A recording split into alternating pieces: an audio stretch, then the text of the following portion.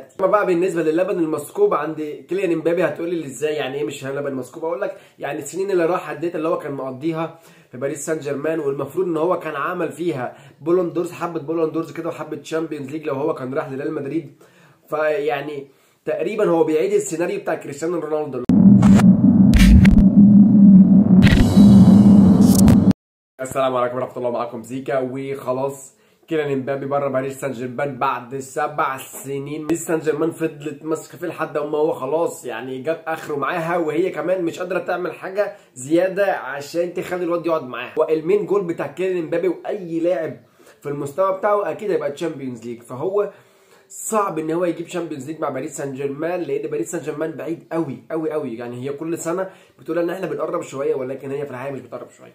فالراجل يعني اعلنها صريحه، انا خلاص ماشي من باريس سان جيرمان، وبكل الشياكه بكل الشياكه قال لهم انا خلاص ماشي. واحنا كلنا عارفين ومتاكدين بنسبه 101% ان هو رايح لريال مدريد. يعني قرار يعني هو صح ومتاخر. ليه بقى صح ومتاخر؟ هتقولي ما يعني كيليان امبابي مش هيضيف جديد ليه لريال مدريد؟ لان اصلا ريال مدريد بتاخد دوري الشامبيونز ليج كل سنه، فهو هيروح هيعمل ايه؟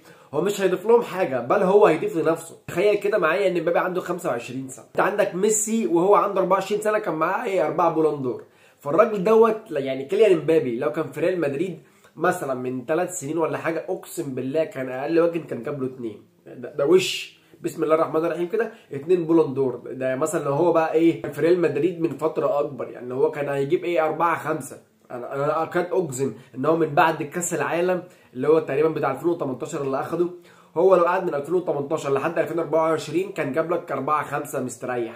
بالنسبه له قرار متاخر جدا، ولكن ايه ان تاتي متاخرا خيرا من الا تاتي. اما بقى بالنسبه للبن المسكوب عند كيليان امبابي، هتقولي لي ازاي يعني ايه مش لبن مسكوب؟ اقول لك يعني السنين اللي راحت ديت اللي هو كان مقضيها في باريس سان جيرمان، والمفروض ان هو كان عمل فيها بولون دورز، حبه بولون دورز كده وحبه تشامبيونز ليج لو هو كان راح لريال مدريد.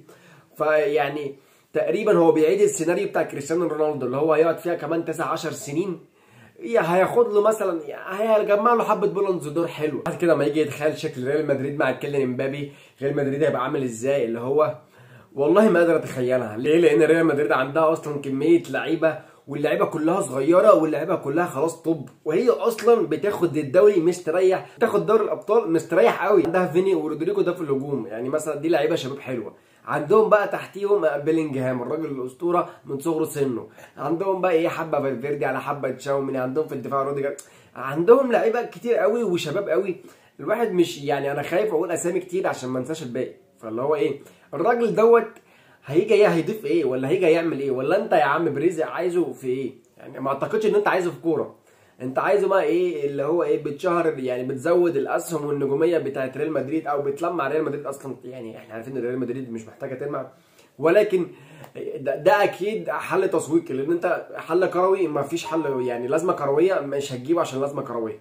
ده اوبفيس للناس كلها اللي بتتفرج على كوره. غريبه ان ريال مدريد كان مصر عليه بطريقه غير طبيعيه من كام سنه. اعتقد ان الطرفين كسبانين بنسبه 1000%. يعني كيليان امبابي يعني خلاص هو هيحقق بقى بولون دورز، وهيحقق بقى تشامبيونز ليج، هيحقق اي حاجه هو عايز يحققها مع النادي دوت. لكن في حاجه صغيره كده بس انا نفسي كيليان امبابي يفهمها، اللي هو ايه انا ما عنديش اي مشكله ان انت تروح ريال مدريد، بس ايه يعني في حاجه اسمها دوري انجليزي اقوى دوري في العالم. ما تجرب روح، يعني روح يا عم اي فرقه واثبت ان انت جامد. انت كده كده جامد، بس ايه ما تحرمناش منك في الدوري الانجليزي اللي هو اقوى دوري في العالم. ليه ما تروحش؟ طيب يعني فاهم، خد لك لفه كده. لان انت لو رحت ريال مدريد مش هتعرف تروح اي تاني بعديه، يعني ودوت الناس كلها عارفاه. لان مفيش نادي اعلى من ريال مدريد. يعني ماشي روح الدوري الانجليزي 3 4 سنين، وبعد كده يا عم روح الدوري الايطالي 3 4 سنين، وبعد كده اقعد بقى ايه بقى يعني 5 سنين كده في الدوري الاسباني مع ريال مدريد، وسنك هيجيب والله العظيم سنك هيجيب.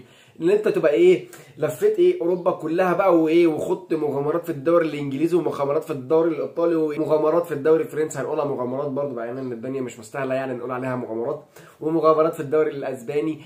تبقى انت لفيت كده اللي هو ايه الليجاسي الصح، مش اللي هو ايه انا افضل طول حياتي في نادي واحد في ريال مدريد. ما يعني اقسم بالله انت لو رحت ريال مدريد مش هتروح فرقه تاني بعده. فجرب يعني روح الدوري الانجليزي. يعني يا عم روح مع الجوارديولا اللي انت كده كده برضه هتكسب معاه، بس خليك في الدوري الانجليزي. متعنا في الدوري الانجليزي، يعني ده اقوى دوري في العالم. يعني دي وجهه نظر صغيره، مش عارف الناس ايه هتوافقها ولا لا. اتمنى ان هو يغير في خيار غير ريال مدريد اللي فتره معينه، بعد كده يروح لها يا عم، انا موافق يروح لها.